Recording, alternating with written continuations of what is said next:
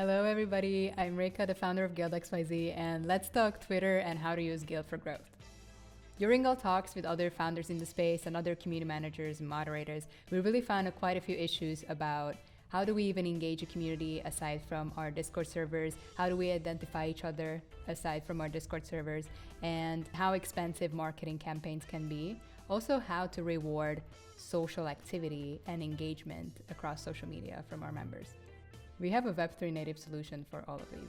So as you know, Guild started out as token gating on Discord. We already had Discord, Telegram integrated, and 17 EVM chains compatible, but recently we just integrated with other Web2 and Web3 protocols and projects to finally be able to experience platformless memberships, and one of them is Twitter, which I'm going to talk about today. This update enables anybody to create these portable social structures with on and off-chain elements to it and create these fully custom user journeys across platforms. But to back up a little bit, how Guild's mechanics is working, the three main principles of that are requirements, roles, and rewards. In simpler terms, if this statement applies to you, the requirement, you get to join this community, the role, and then you get rewarded for it with access.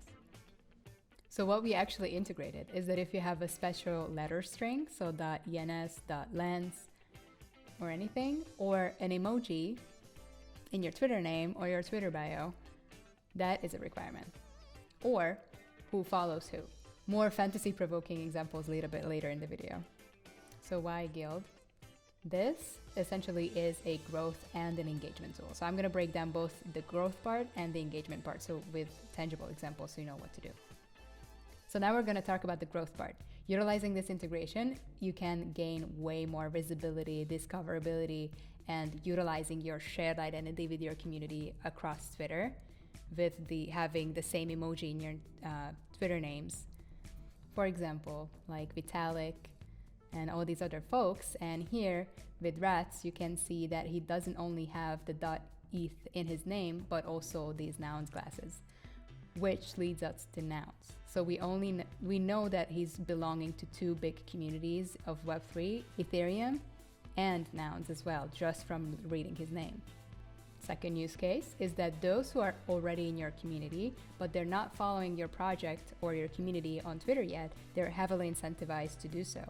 Since we released this quest just among the community, we haven't even made a public announcement yet. In the past 2 days, we gained more than 400 followers just from our already existing community. And this is essentially free marketing from your community.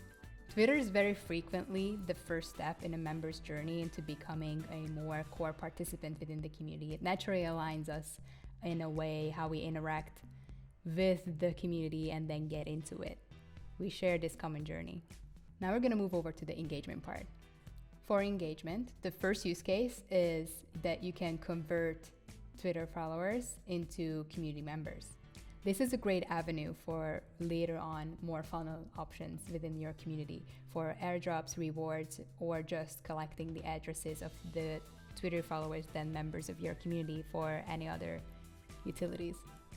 For your most committed followers, you can also create these automated micropayment systems for rewarding them for social activity.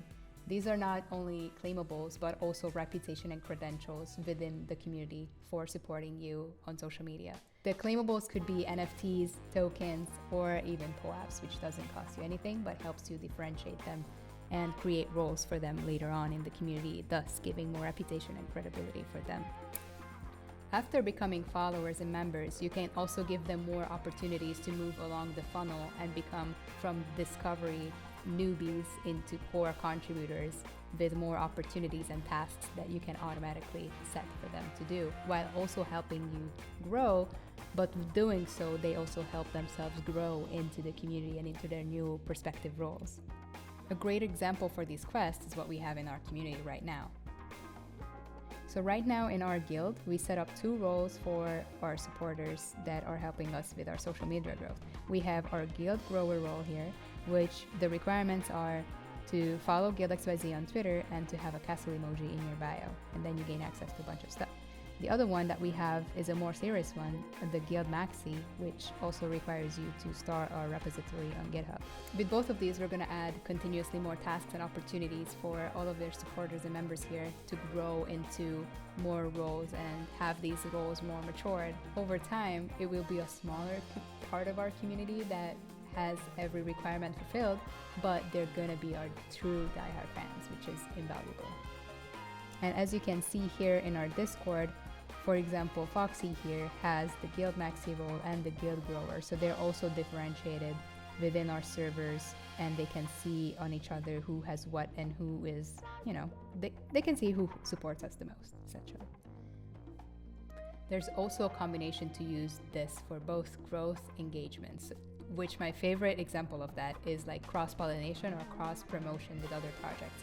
This is great to identify adjacent projects supporters within your community so you can organize yourselves accordingly.